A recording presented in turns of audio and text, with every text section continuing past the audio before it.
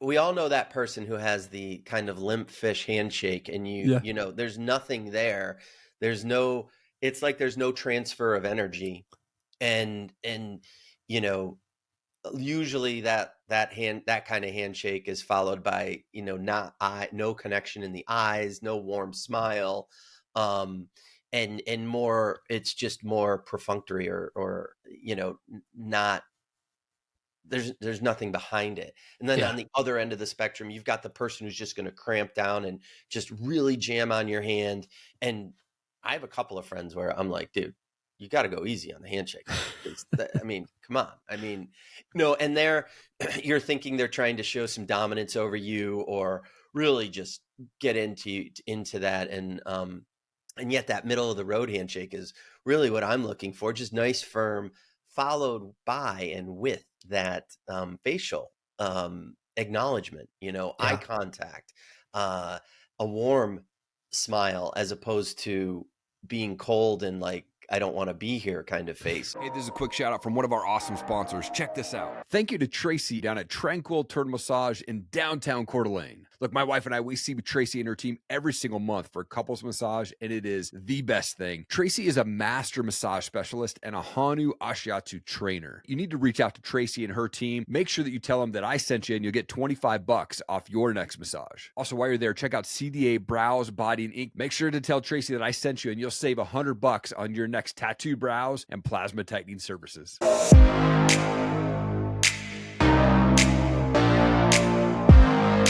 Ethan, you're a husband, you're a father, you and your wife co-founded Pro Assisting, and then you guys co-wrote a book, The 29-Hour Workday, and so much more. Thank you for your time, man. I appreciate it. Oh, thanks a lot for having me. I'd like to kick things off by going back a bit. Where did you grow up, and what was childhood like for you? I'm sorry, what was the second half? Where did you grow up, and what was childhood like for you? Looking back, I had a very blessed childhood. I am an only child. Okay. And I do have four parents, or did when I was growing up. Unfortunately, my stepfather passed away. But while I was growing up, I was really fortunate in that all of my parents got along. And I was an only child with no step siblings. So people love to call me spoiled. But I got so much out of all four of my parents growing up that it was, looking back on it, I was really lucky. I grew up in a small town in upstate New York where I'm sitting right now, a town of 15,000 people. Wow. in the winter. And then it goes to about 30,000 in the summer when everybody comes to stay on the lake. And I felt stifled. I felt there was no anonymity, and I couldn't get out of here fast enough. And I thought that I would never come back. And yet here I am. There you are. I think I was reading you worked with your dad at his restaurant, right? Yeah, it's my first job. I started bussing tables when I was 9 years old, not making any money because you weren't allowed to pay me. Sure. But yeah, all the way through high school and summers during college, I worked from being a dishwasher all the way up to assistant manager when needed, and bartender and server and all of it. So yeah. Wow. Very cool. I've had many jobs over the years. Some of them were included in the restaurant industry as a busboy as well. So I totally understand that. I think everybody should work in a restaurant at some point in their life. Totally. Both from a hospitality standpoint and having a sense of what that is, Yeah. as well as just a, work ethic. I mean, if you get in the weeds and you're at a restaurant, you just got to keep cranking to get through it. And there's something to be learned there. Yeah, I mean, that also kind of ties into another section you talk in your book about the difference between services and hospitality. I worked as a bellman at the DoubleTree when I was in college, and I would say that's somewhat hospitality, and then you got some of the services. But what is the main difference between services and hospitality? Well, I think that you have to provide a service first, and then raise it to the level of hospitality. And there is an amazing talk, 8-minute TED Talk by Bobby Stuckey, who's a sommelier and restaurateur in Colorado. And it's titled How to Be a Hospitalian. And the way he describes it is that a service is something that is done to you, while hospitality is how someone makes you feel. And when we apply that to us in our business, providing remote fractional executive assistant support to business owners, providing the service of being an assistant is one thing. Being able to raise that service to a level of hospitality takes it to the next level. Yeah. Wow. I love that definition there. And you and your wife, you guys started processing back in 2009, I think, but it was a different version of the processing that you have today. Why did you guys decide to launch processing? I am an eternal entrepreneur. Okay. And, we were living in New York City at the time.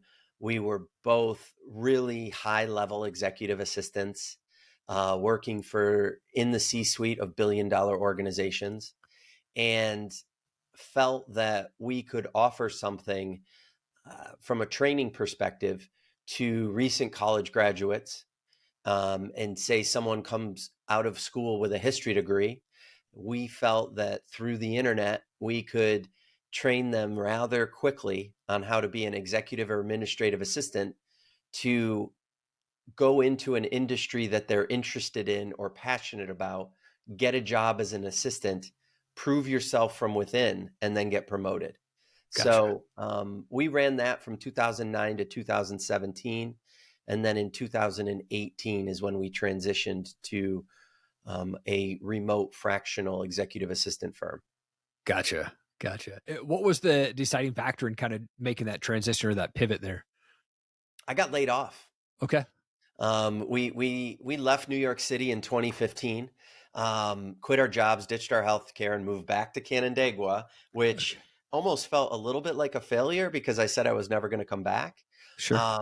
And the term executive assistant means something completely different here than it does in major metropolitan areas. Mhm. I was fortunate enough to get a job working for the CEO of the second largest employer in Rochester Regional Health, 2 Okay. billion in revenue, 16,000 employees, and I was director of admin services for them, overseeing a team of 80 assistants. Wow. And after 2 years, he wanted to make a move, gave me a very generous severance package, and the next day we started calling ad agencies about pivoting our business to what you see today. Wow. Wow. Uh, it's interesting. You hear of all these stories of entrepreneurs who've really taken that leap when they got fired or they got laid off from a job. It's like that's the pushing point. Yeah, burn the bridges, and you can't go back. And it it actually, about 6 months prior to then, a friend of ours reached out to my wife and said, "Hey, I know this Fortune 100 consultant. She travels the world. She needs great assistant support, doesn't care where you are, and doesn't need full time. Are you interested?" And at that point, Stephanie was home with our two boys, kind of pulling her hair out. And she said, "Sure, absolutely." And when she took that client on, that's kind of when we did our deep dive on the virtual assistant space and saw an opening for us and what we could do and what we saw that is different than just a virtual assistant. Yeah. And I think, in podcasting and entrepreneurship world, we hear that word virtual assistant come up all the time.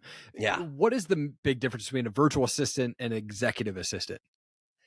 Well, from what we hear from a lot of our clients who come to us from virtual assistant companies, it's one, a level of experience. Mhm. It is an exclusivity that we provide our clients in terms of support Monday through Friday, 9 to 5, even though it's in a fractional basis.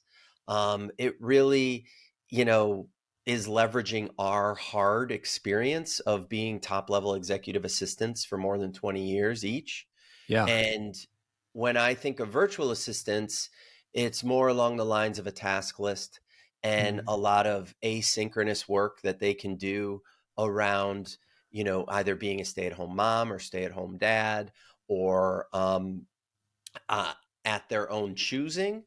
Whereas we are really providing full executive assistant support. It's just that our clients don't have to pay for a full-time employee because they're sharing their assistant with one or two other clients. Gotcha. Okay. I like that, the way that you guys have that set up. What do you see when you talk with executive assistants? What is it that the most successful executive assistants are doing that others are just not doing? You know, we've seen this transition from legacy assistants, legacy executive assistants, which is kind of in the men style of, the lady sitting outside the executive's office. She's got very sharp elbows. She's not afraid to use them. She is a strict gatekeeper. She's not afraid to tell you if you're screwing up and come on, get your butt in gear. To a transition to a modern assistant, and really it comes, a big part of it comes down to that hospitality portion that we mentioned before, Yeah. really knowing your place in that you are in service to your principal, even though you're a partner, Mhm. and looking at your role as kind of all encompassing, being a business partner, a chief of staff, a project manager, an assistant scheduler, and a personal assistant, and being that single point of contact for your principal, so they can come to you and have an 8-minute conversation and the to-do list goes from 12 things to 2. And really being able to represent your principal, their company at a high level where the principal feels comfortable putting you in front of anyone. And then when someone that you interact with on behalf of your principal leaves that interaction or conversation, they walk away and they say, I don't know what it was about Jennifer, but she was really good. And that's that interpersonal skills, emotional intelligence, hospitality, that kind of mentality. So important to have that stuff and that mentality for sure. I want to get into your book here, The 29-Hour Workday, A High Performer's Guide to Leveraging Your Executive Assistant. This was named one of 7 books that help you build a better business by entrepreneur. Congrats on the success, first off. That's awesome. Thank you. Appreciate that. What was the experience like writing a book with your wife? um, Interesting. Okay. It was like writing a book and couples therapy all rolled into one. Okay. Fortunately, we had a company called Scribe Media that helped us write our book, and they were really good at pulling out what needed to be pulled out of us and our career experiences to really make what we feel is a very valuable instruction manual that entrepreneurs, C-suite executives, high performers can leverage to make sure they're getting the most out of their assistant support and that partnership. Mhm. And it really meshed well with what we're doing with our company. And there was great purpose behind writing it. It was a lot of work, but you know, frankly, Stephanie and I have the benefit of, working in the same roles. And throughout our careers, we would have dinner and a glass of wine, and, stories would always come up. And we were great at bouncing ideas or dealing with issues off of each other. Yeah. And so a lot of that came out in the book. And now we're able to do that for our assistants who are our partner EAs within our company. So yeah. Oh, that's awesome. I've got about 28,000 words done of my book. And it was hard enough writing it with myself. And of course I want to send it to my wife to reread it, and I'll probably have to rewrite it after I send it to her. But, so, You'll get there. You'll yeah, get there. for sure. I know that like my personal experience with executives is they're like very micromanagers. And in your book, you talk about 4 superpowers that executive assistants must have. A couple questions here. Why is it so hard for executives to just let go and stop micromanaging? And then what are those 4 superpowers that they need to have? Well, you know, it's most successful entrepreneurs, executives are type A micromanagers. Yeah. And I think part of the process to grow and move beyond that is to relinquish some of that control. And we find that when you're working with an assistant, sometimes and a lot of times we have to fight the quote unquote, I can do it faster myself urge. Yeah. And once we get through that and explain to our client or our principal that it may take you a little longer to walk me through this, but then you'll never have to do it again.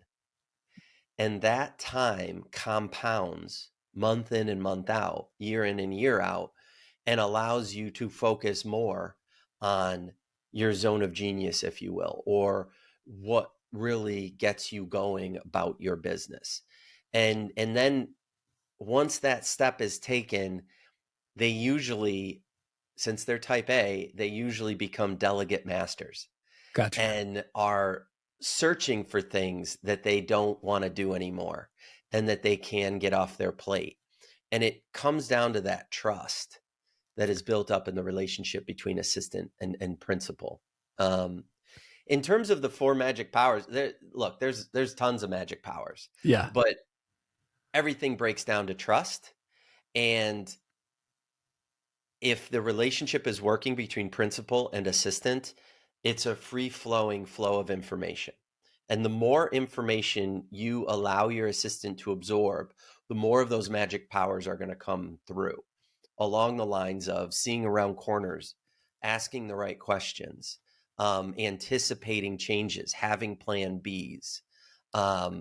All of that is can seem like omnipresence or having a crystal ball, but a lot of it is based on hard experience that the assistant has gone through with other principals throughout their career and just applying it to the situation at hand. I hope Gotcha. that answers the question. No, most definitely. Yeah. Yeah, absolutely. Yeah, it's so true. I think once you become, once you get past that point of just being able to let it go, I think that's when, folks can really excel in their roles in that executive position there. So good. I was looking through your blog there, and I'm a big fan of networking and relationship building. And one of the things you talked about, you did a great video on, was the handshake. I loved this video, by the way. Like, in your eyes, what's the perfect handshake?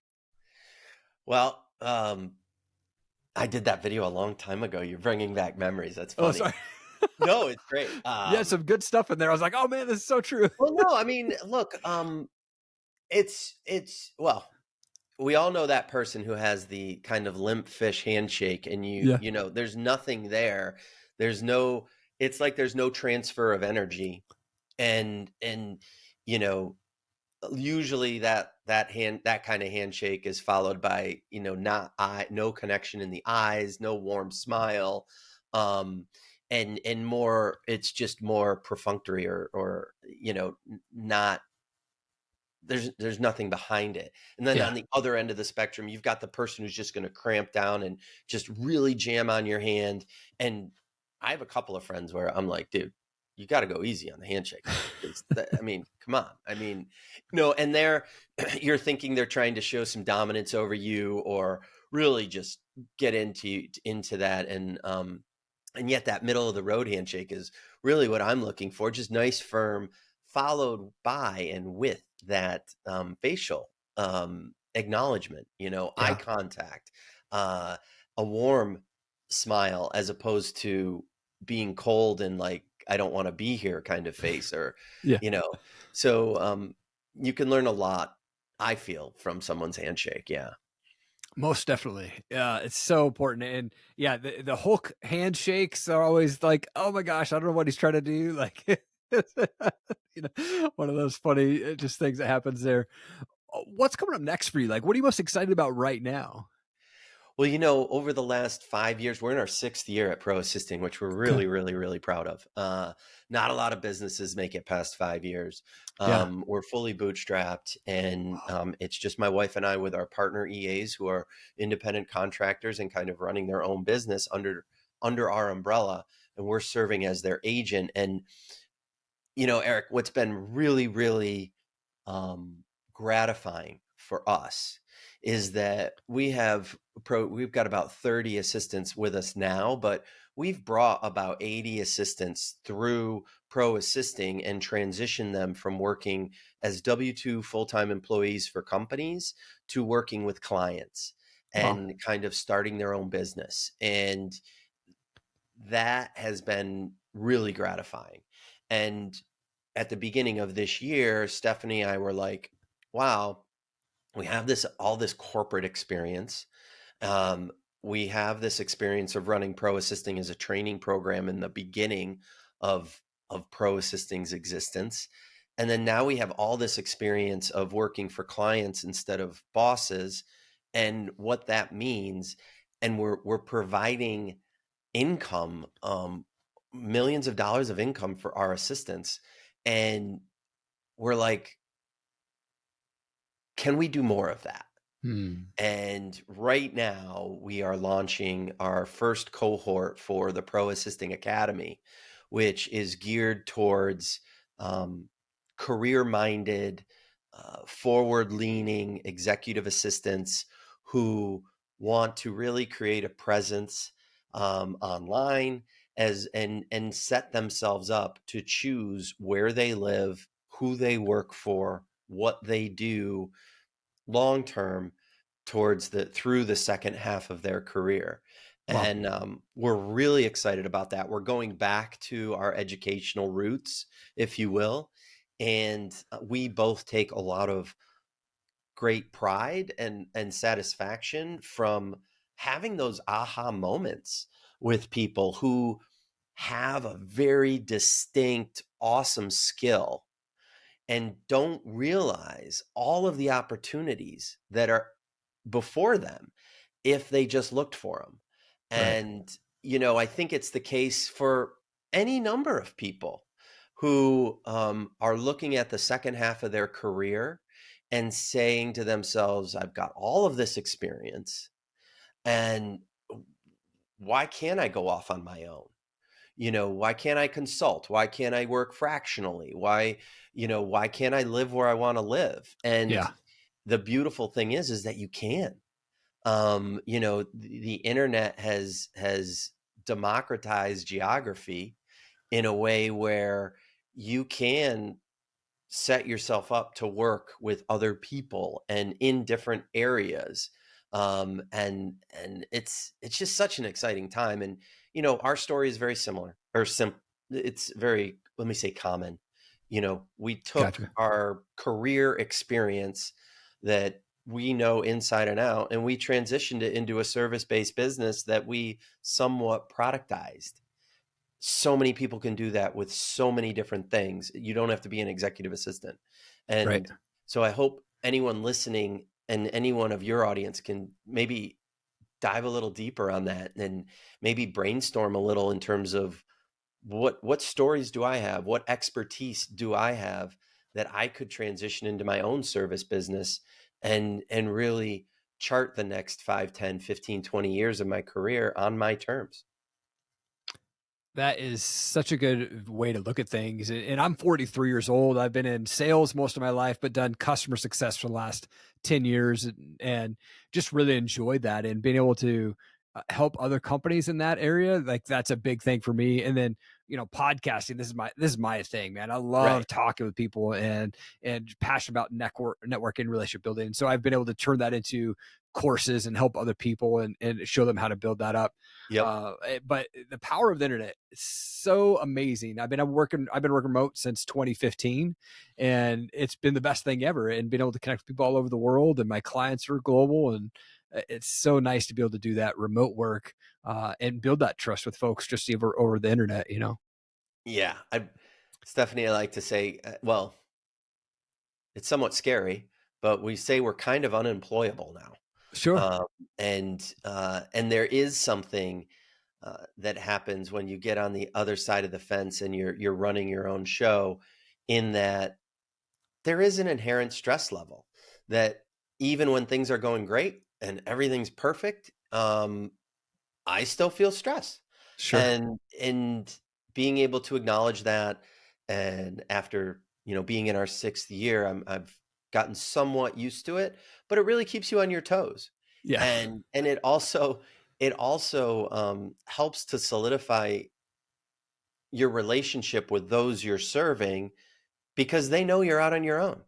Right. They know that they're probably getting a really good transfer of value because they're dealing directly with you Mhm. and um and not hiring a full-time person for this role, whatever it is that may be. I'm sure you experience it in your business too. Oh yeah, all the time, all the time. And it's so good to build those relationships, but it is stressful. Sometimes you get like kings, and sometimes you eat top ramen. And, Right. you just have to figure out that balance there. Uh, Absolutely. I, I love to finish my show off with a fun question. I'm a big music guy, so I love to ask the question like, what type of music do you like to listen to, or do you have a favorite band that you like to listen to? Well, yeah, I mean, I'm a musician. Okay, I play piano, guitar, percussion. I sing. Love music. It's a great release. I mean, everything from the Grateful Dead back in the day. I just got back from Chicago, catching 2 Dead and Company shows at Wrigley. To Fish, to Dave Matthews, to you know, I've been listening to Goose recently, okay, which has kind of been blowing my mind a little in terms of their musicianship. mhm, Um, but I'm really I love putting on just telling Suri to play the best Led Zeppelin songs, or the Beatles. yeah, And I just like to think I have a good ear to where I can listen to something and be like, wow, that's a catchy song. And I'm one of those people when I hear something I love, I got to listen to the song like 40 times and yeah. it just infects me. So I listen to everything, but that gives you kind of a taste. Yeah, yeah. Oh, that's so good. Yeah, I'm very much like I used to work for Universal Records. I don't know how to play anything. I've got a guitar behind me here, but I loved the behind the scenes, getting to understand and get to know the musicians a little bit more, and it was just a great time. Definitely, I got to live like a rock star for a couple of years, which was fun. Now looking back, going, I don't know if I would have done those things. Yeah, I hear that. I hear that. I actually started in the music industry as well. I saw that. Yeah, you were doing. Were you? What were you doing for those guys? Well, I started as an intern for Warner Okay, Brothers, but it was under the Elektra banner. gotcha. Yeah, I went and studied abroad in Australia and brought my keyboard and fell in with a group of Australians who were playing in a band and was jamming with them. And like, I want to merge, my entrepreneurial business sense with creativity. That led me into working for, Elektra, yeah. in their marketing department. And then through that job, I got a film production job in New York City that sent me on my way. But yeah, music was definitely the bridge. That's awesome. Ethan, this was such a great show, man. Thank you so much for taking time out of your day and sharing your story and sharing what you got going on, man. You're an absolute world changer, man. Thank you so much. Erik, thank you so much for having me, bud. Thank you so much for checking out the show today. I really appreciate it. I hope that my guest was able to bring you some amazing wisdom and knowledge to help you continue to fight for your goals, your dreams, and your purpose. If you could do me one big favor and just hit that subscribe button, I would so appreciate it. Thank you so much for your time. Keep changing the world. I believe in you. Have an amazing day.